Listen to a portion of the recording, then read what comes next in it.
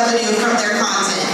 Whether it's creating their own books, merch, or just working with the platforms or through brand partnerships. So I really want to make sure you guys take those gems tonight. We may have time for a little bit of Q&A so you guys can ask the questions that you have. But without further ado, let's go ahead and kick things off. So our first panelist is a media personality, lifestyle creator, Big Brother Season 24 alum, known for major brand collabs with brands like Shea Moisture, Fenty Beauty, Home Depot. Give it up for my girl, Jasmine Monroe! The Southern Belle. Oh girl, yes. Oh my gosh, I'm so happy you're here. It's like having all of my favorite people in the world in this little lineup. This is amazing. Okay, so up next, we have, I would say, a girl with absolutely zero filter, who keeps it 1000%. She's the host of the Decisions podcast and New York Times best-selling author of No Holds Barred. Give it up for my girl, Mandy B. Yes! Oh my gosh, we were on a panel together, so I was like, we have to have her here.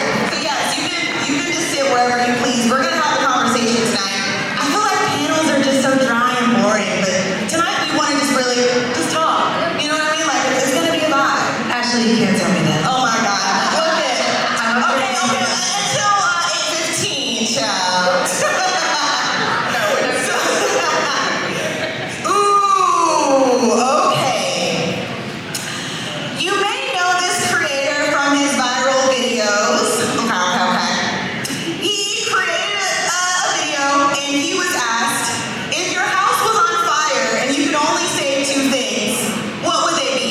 Your wife, mother-in-law, dog, or $20 million? We will find out what that answer was, but he also just made his debut in his new show, The Caregiver. Give it up for Daryl Vega! Let's go! Yes, you guys are next to me. I'm so excited to finally meet you in real life. Yeah, me too. Don't throw shade at me.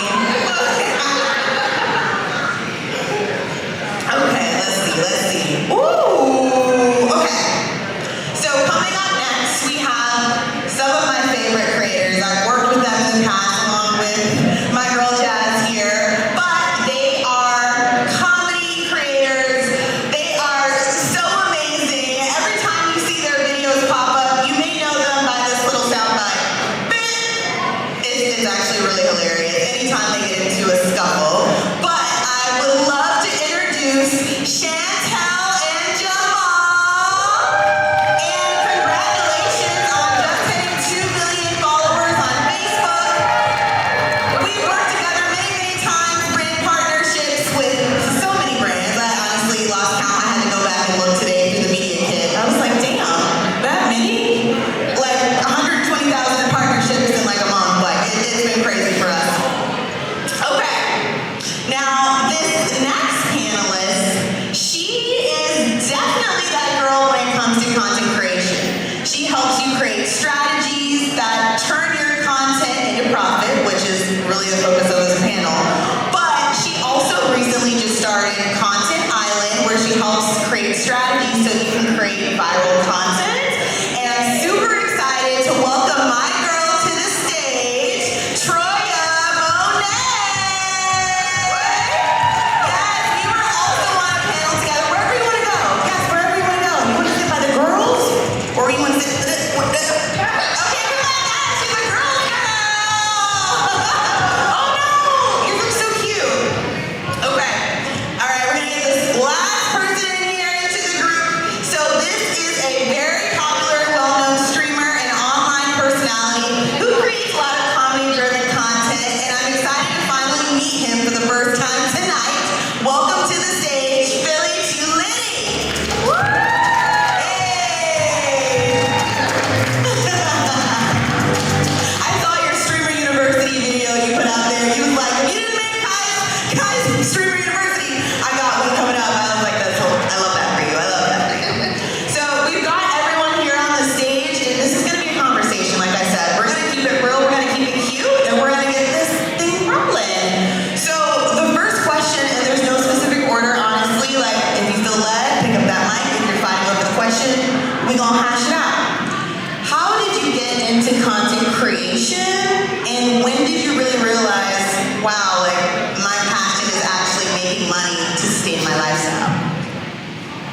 wants to go first? I'll start. What's up, y'all? How we doing? Okay, so how I got into content creation. So before all the content stuff, I was a choreography dancer. I was in a dance crew. Then COVID happened, couldn't perform. So, you know what I'm saying? I started doing videos in the crib on TikTok. Just started blowing up. And then, what was the second part of the question? When did you realize, damn, I'm really making money. I could actually make a living off this. I think after year end, I got signed to Triller for a year contract, and I was just making some money, you know what I'm saying? Okay. I need a number. Yeah, you know, we about to get in there. Let's just pop that shit. Let's not gatekeep. I would love for us to be real and let people know the actual money that's here. Okay. For the whole year, you know what I'm saying? The contract was $24,000 for that year, so like $2K a month, you feel me? But I wasn't, you know what I'm saying? I was like working a job and stuff like that. Good question. How many followers did you have at that time? Just to take it. Probably like 50K. Okay, so 50,000 followers. This was on Triller, you said? Yeah. Okay. And then on top of that, I got 24,000 in stocks in the company too. So it was like a win-win for me. Oh, wow. Okay, well, I think that was the part that made me say, okay, I'm going to invest in this. Facts. And the crazy thing is, quick story. So I was supposed to go to work that day. I chose to call out literally an hour before to join this webinar, and then I ended up with a contract. So it was crazy. Isn't that it? changed my life. Yeah. It's crazy. When I tell you God works in mysterious ways, and I hear this all the time. People have to make a decision. Your company's like, it's either us or you. Baby, you gotta choose you every time. Because at the end of the day, no matter how much you pour into a company, you can be replaced. So that was gonna be my story. Yes. I feel like content chose me. I didn't choose it. So when I started the podcast, we started our podcast 8 years ago. I was in corporate America. I was an accountant. I know my personality, you can't believe it. But I was in my last year of school. I wanted to be a CPA. I was working at Goldman Sachs at the time. Moved to Ernst & Young shortly after. And so my content is not brand safe. So where everybody here gets to work with brands, they say, y'all ain't us, we can't work with y'all. So I made a lot of my money off of my audience. And so we started taking our podcast live. And we started doing live shows, literally grassroots. My best friend's here, she was running the tickets in the beginning. We would literally Google, look at our SoundCloud analytics, okay, Chicago, New York, Atlanta, and then Google theaters in those cities and book them for the night and sell on Eventbrite. That's how we started. And at the time I was working at Ernst & Young, I was in my first year as a tax staff accountant, making $62,000 a year. I made that in 5 months. And so literally, I was literally like, yo, I'm giving these crackers a lot of hours. I'm giving them 70 hours a week. Like, what if I put that into myself? And so I quit my job, and literally the money I'm making now is like, I would have made it until I made partner maybe 15 years later as an accountant. And so I quit my job, 8 months later the pandemic hit, and I don't know where y'all are in your phase of content creation. The pandemic is where it made content creators. No, literally. Because we had so much time. We were at home. That's what birthed all of us to be able to make 6 figures doing what we love. And for me, I didn't realize what I love is just talking. And that's what I do. I just talk. And I'm able to, do so much with it. And I'm loving hearing the differences. You were working directly with the platform. You started your own thing. You were going out, reaching your audience, selling tickets. I'm trying to figure out for all of you guys up here, where have you found more money coming in? Is it through brand partnerships? Is it through working directly with the platform and your metrics? Or is it selling merch or being wherever your audience is? Yeah, Troya.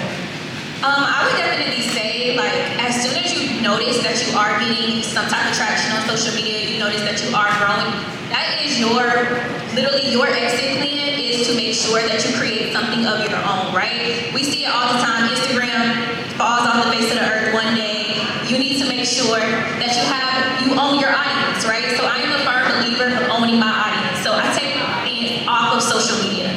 So that means that I'm going through my email list. I am having person events. I'm actually nurturing my community. So if Instagram falls off the face of the earth, we don't know what's going on with TikTok. They in and out every other day, right? So I'm gonna make sure that if these platforms don't exist, that I still got money coming in on my pocket on the back end. I love that. And I think for me, brand partnerships is like my main key for sure, but I also want us to start thinking deeper when we go for these brand partnerships, because I think oftentimes you think about just forward-facing content and saying like, oh, it'll be living on my page, but what about the content that doesn't live on your page? You gotta think from like an advertising perspective, and that's how I was thinking about it. I'm like, okay, if you can't work with me and it's forward-facing content, can I do UGC for you? Can I go to a beauty event and you pay me to be there? Like, you gotta figure out other ways to make money. So I don't allow a brand to tell me no. I just figure out another way for them to find money for me. And I love that because I feel like a lot of the brand partnerships are based off of your metrics. You know, how your videos are performing, and that leads me to Daryl, Chantel, and Jamal over here, my viral little duo or trio. I'm just wondering, what is the secret? How do you guys keep creating these videos that get millions of views? How do y'all do it? Take the clothes off, all right, show a little skin. That's what you need to do. Show a little toe. Show them elbows, some ankles, some kneecaps. That's how I'm showing. I mean, for us, I've been doing content since for a long time. Started in 2014, but took a long time off. Got back to it.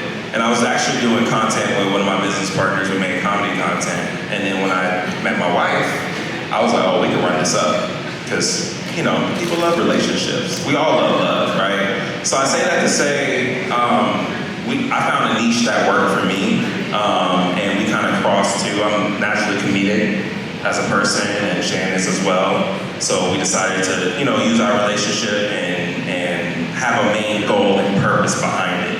Right? We didn't see a lot of Black creators that were healthy in the media space. So we decided, you know, we want to make sure and show our relationship, because it is healthy. We don't fight, we don't have those problems, to show, you know, light to Black relationships or Black people who just feel like, you know, I can't do it no more. I'm tired of him or I'm tired of her, you know?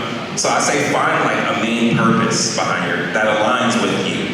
Right? And then you just double down, you know? There's so many different niches out there that you can focus on. It doesn't have to be relationships. It can be cars, it can be sports, whatever you're into, and put your spin on it. Like, what about you? Because we're all created differently, you know? There's something about you that the world needs to see, right? So just double down on that and continue to make that content. Fortunately enough, Facebook love us. The boomers are eating you up. They are loving it. We in the Turning It Up Club, alright? Just saying. So, that's all I got. Okay, Daryl. And I'll come It's my back to you. turn. No, Facebook loves them. I'm envious of you guys. But no, the key for me to like getting all those millions of views and stuff is just making people feel something. So, imagine like you're cooking like chicken, right? You're cooking dinner, and you're like, oh, I'm cooking dinner, so I cut my chicken, I put it in the oven, then I eat my chicken. Like, I'm just gonna swipe away, but if you're doing the same video, you're like, oh, and this is a little raunchy, you're like, oh, I'm cooking dinner, but I'm wearing this. So you're That's cooking what with you're Kaya? Yeah. Or, yeah. So there's so many segments. You can go that way, or you're like, oh, I'm cooking chicken, and I'm gonna put like a lot of like, I'm gonna wash it with bleach first. People are like, what the hell is wrong with this person? So now, that's weird. Because now I'm feeling like, this is weird, I'm outraged. I wanna see, is she gonna eat the chicken with bleach? So it's a little gimmicky, but at the same time, it's better than I'm cooking my chicken, I'm just gonna eat it and put it in the oven. So the key to like getting people's attention is to do things that they don't expect if you can, or make them feel something, make them feel very excited, annoyed, irritated, whatever. Just make them feel something. Wait. Some magicians share their tricks. Do you really eat the chicken with the bleach? Or like you make a new set of chicken, but you make it look like you eat the chicken with the bleach? Exactly, yeah. Wait, he didn't answer the question. You eat the chicken? That's what it is. I might get taste clean. So. Wait, I'm loving this. So, People are arguing like, do you really eat the chicken or no? in the comments, And shares and views, yeah, that's how you do it. and that's really what matters for all of you out here who are trying to get more money. It comes down to your community, your engagement, the likes, shares, comments. All of that is super important. And I'm just wondering, because you guys have been doing this for a while, have you been testing out the different types of content to see what's going to perform best for your audience, doing a little A/B testing? And if so, like, when did you notice maybe something flopped versus, oh shit, like, this is what I need to be doing full time? I was just gonna say, in terms of maybe not seeing what flops or not, is just diversifying. I think when you think of like, okay, I'm gonna make money on, say, Twitch or Instagram. No, like for me, like we make $250,000 on Patreon. We make another $250,000 here. We make another $250,000 here. We make another $500,000 here. So like it's diversifying how you make the money, right? And so it's live shows, it's Patreon, it's merch, it's Instagram ads. Then it's like your audio deal is one thing. Then you have YouTube money, that's another thing. It's making sure that if you're gonna be putting out all this content, that you're finding a way to monetize it as much as possible. So for anyone, and I say this to anyone with a YouTube show specifically, there's been a blur between a YouTube show and a podcast. If your shit ain't on an RSS feed where I can listen to it audio only, you don't have a podcast. But you are missing out on tons of money by going audio only. So you could literally be same content making money in both spaces if you're just putting it in multiple places. So that would be like my advice, to just make sure you diversify.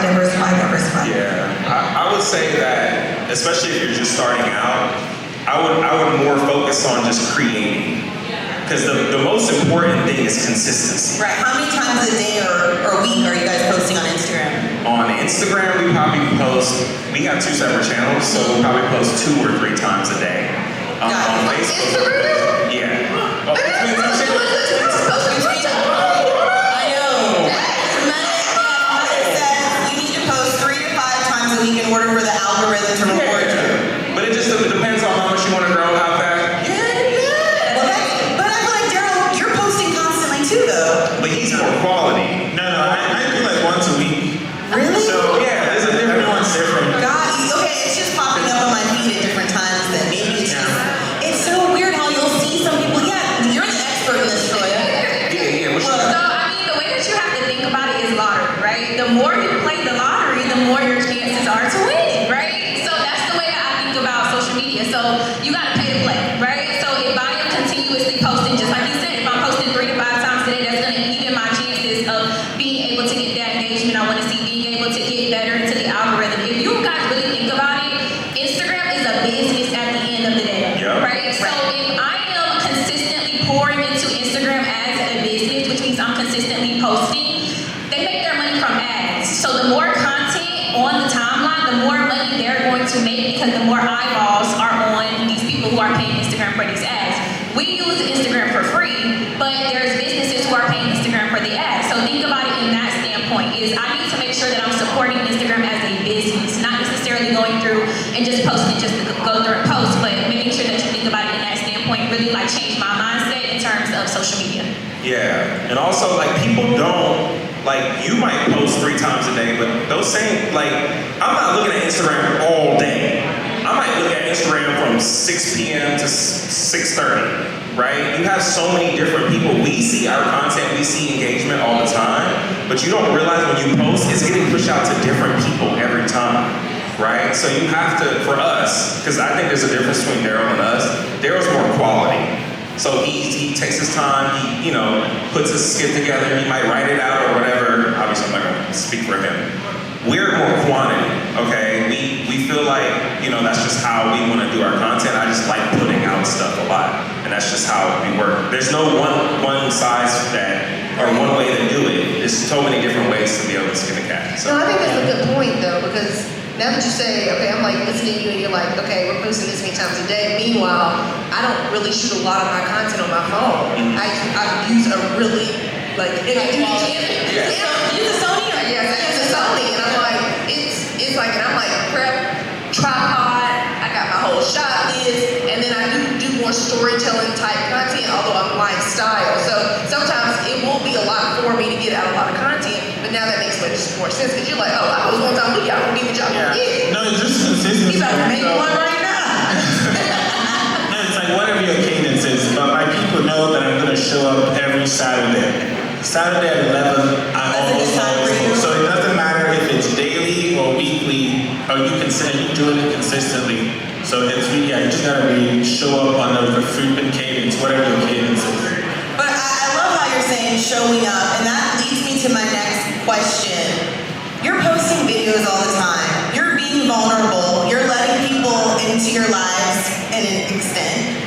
When videos don't perform as well, or people feel like they know you and they want to come for you in the comments, how are you guys keeping your mental health in a place where you still feel creative and not like people are pointing at you all the time? I talk about it, Mom. I respond back. I ain't gonna hold you. I ain't gonna do that for you. I don't care. That's only when friends don't work with me. I'll be like, how dare you? Oh, I go back and forth. That's the worst part, right? And I've been doing this for 8 years now. Literally, I talk about my relationships. I talk about when I got bent over. I talk about all the things. That's what my content is about. And so, Chelsea, she keep Chelsea Olivia here, another influencer. But for me, we're human. I always hate when people be going off on. By the way, me and Cardi B have the same birthday, so maybe that's why. Oh, that's innocent. Talk your shit, girl. But for me, we're still human. So where y'all probably don't get it, oh my God, the internet hate me, child.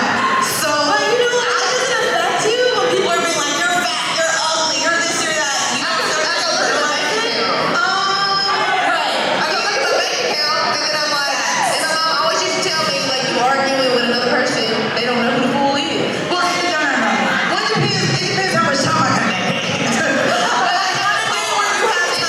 hard. Yeah, it's hard. I go to therapy bi-weekly now. I was going weekly for 4 years. It's rough because you do sometimes internalize those things and take it on. But then it's important to have your support system. Your friends that know you, your team that believes in you, and constantly being reassured by them is like, oh yeah. Because I'm like, what advice do you guys have? Hey, Corey, what advice do you guys have for creators and influencers who are on the come up? The videos they're posting, they may get 30 likes one day, 70 likes, and they're just kind of feeling like they don't belong. I know we all started somewhere. What advice do you have for those who are just starting out? Okay. What I tell a lot of people who are just starting, I tell you your platform is like a canvas, bro. You paint the picture, you feel me? It's like everybody's not gonna like it, but your audience will find itself for real. Right. That's what I tell people. And at the end of the day, fuck what you think, right? You know what I'm saying? And they're behind their computer or behind Exactly, their phone. but you doing it for you, for real. And then also, if you get 30 viewers, imagine yourself in a room, or imagine yourself walking down the street and 30 people come up to you and say what's up, or I like your video. That's a lot of people. Right. So somebody gonna see it, and the right person will see it. You know what I'm saying? So just create. Don't get in your head about the views, and you know what I'm saying. You'll blow it. Yeah. To go through and add to that too is to really enjoy the early stages. Now all of us, whatever we put out, we're getting judged for it, right? You guys put out, right? You can have fun with your content because you literally use this as a trial period. So now you're going through and you can test different things. You can go out there and you can create whatever it is that you want to go through and create because it's not people going through and watching you. So I would go through and think about it at that part is okay, this is my practice stage. So that way, whenever you get on stage like this, like us, it's okay, boom, now I know exactly what it is that I'm doing. Sometimes we want to just go through and rush the process. And right now, this is your practice stage when you are in those early stages. And I want to piggyback off what you said about the 30 followers, I 100% agree, only because I recently closed on my first six-figure partnership.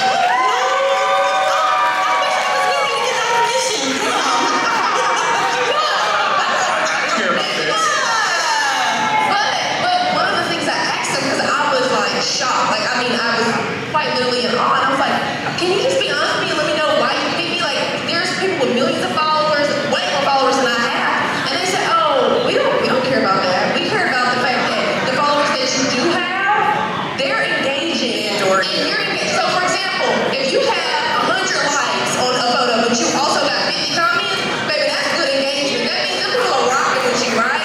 So that's what these brands and people are looking at, because they're like, oh, I'm really connected to this person and I love the content that they're putting out. It's either affecting me in a way or I vibe with it. And so I was like, wow, and it really made me open my eyes. Like, I know that we care about the likes and the saves and the followers, but y'all, that does not matter. I know people with less followers than me that have already hit. They're doing it. They were like, what is it? It was like the $58 million mansion in Dallas. All these girls being flued out. They don't care nothing about their followers. It's crazy, and I know the panels were over time a little bit. Anyone in production, how much more time do we have left for the panel? 10 minutes. 10 minutes? Okay, when it's like 5 minutes, just give me the signal to wrap. So I do want to open up to Q&As. Well, first of all, let me see, does anyone have any questions? If not, we'll just keep chatting. Okay. So we're going to keep going. So, Nobody got a question. No, she got a question. Okay. Hang on. I want to know your favorite brand partnership and why it was ours. So Chelsea said she wanted to know what your favorite brand partnership was and why it was your favorite. Does that include the amounts from that partnership? And if you want to be transparent, with tonight we want to be transparent, open and honest, right? We don't judge, okay? Anyone want to talk about their favorite partnership? I mean, I know you did a partnership with Home Depot. That was a good one. I would say Shea Moisture has been one of my top Shea so Moisture far. takes care of the girl. And not only that, they are a brand that literally lets you have creative control, and that's what I crave, because I like crazy ass concepts, right? Most people probably won't do the things that I do, but I'm like, ooh, I got an idea, and they're like, go for it, we trust you. So yeah, and I would say that one was, oh my gosh, I can't get the exact number, because, because I'm still in contract, but I would say that it was over 60K. This is what I love to see, and I feel like everyone on this stage is an example of living out your dreams. If you feel like you're at a place in your life right now, you're stagnant, maybe your content isn't performing, don't give up. Everyone on this stage has been through those dark times when they were like, why am I doing this? Like, I'm not making money from it, and now look at them. They're all up here successful, like living testimonies that if you put your mind to it, and if it's God's calling for you, you can do it. And this is my last question that I know we're about to wrap this up.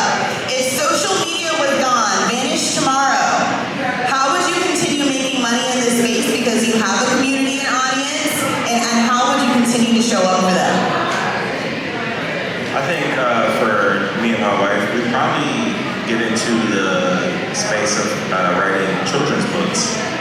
Oh, I love that. Just something along those lines, or anything that's relationship based, to where we can still help and provide that context of what Black relationships should look like. Would it have a comedy beat to it? Or? Of course. Okay. We're actually working on one right now. Wait, can you guys please be the next Miss Rachel? It would be so Yes, Naomi. Meeting tomorrow. For me, I don't make my money on social media. So as long as we still have an RSS feed, I make majority of my money from the podcast, not only doing live shows, but through our ads on the podcast. And then we just wrote a book that is now a New York Times bestseller.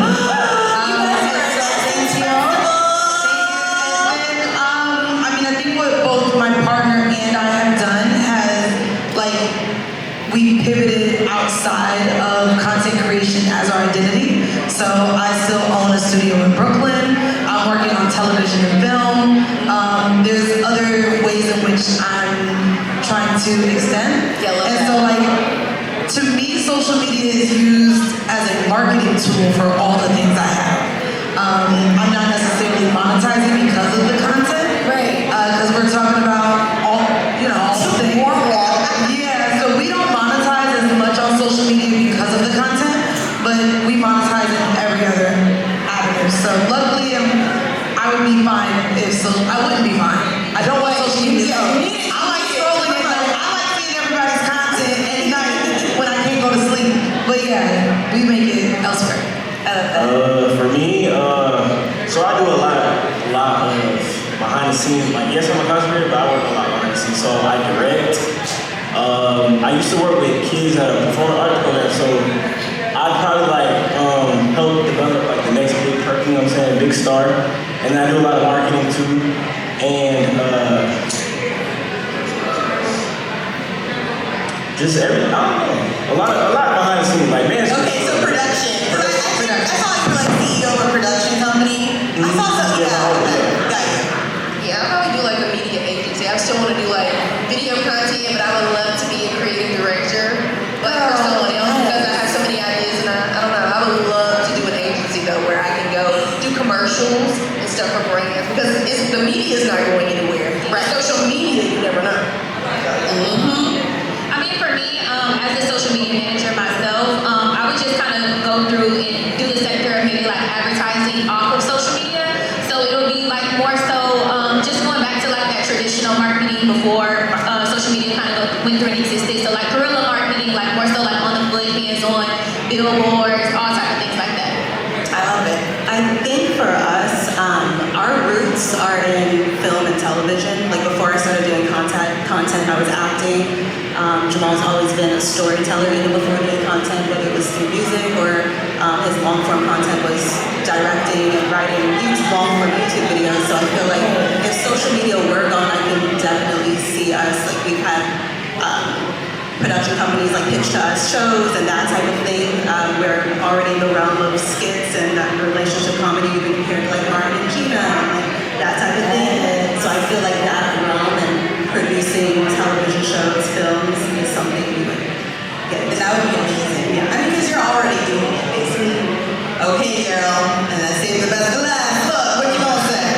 So I don't really romanticize social media at all. So if it goes away, I'll be happy to work with my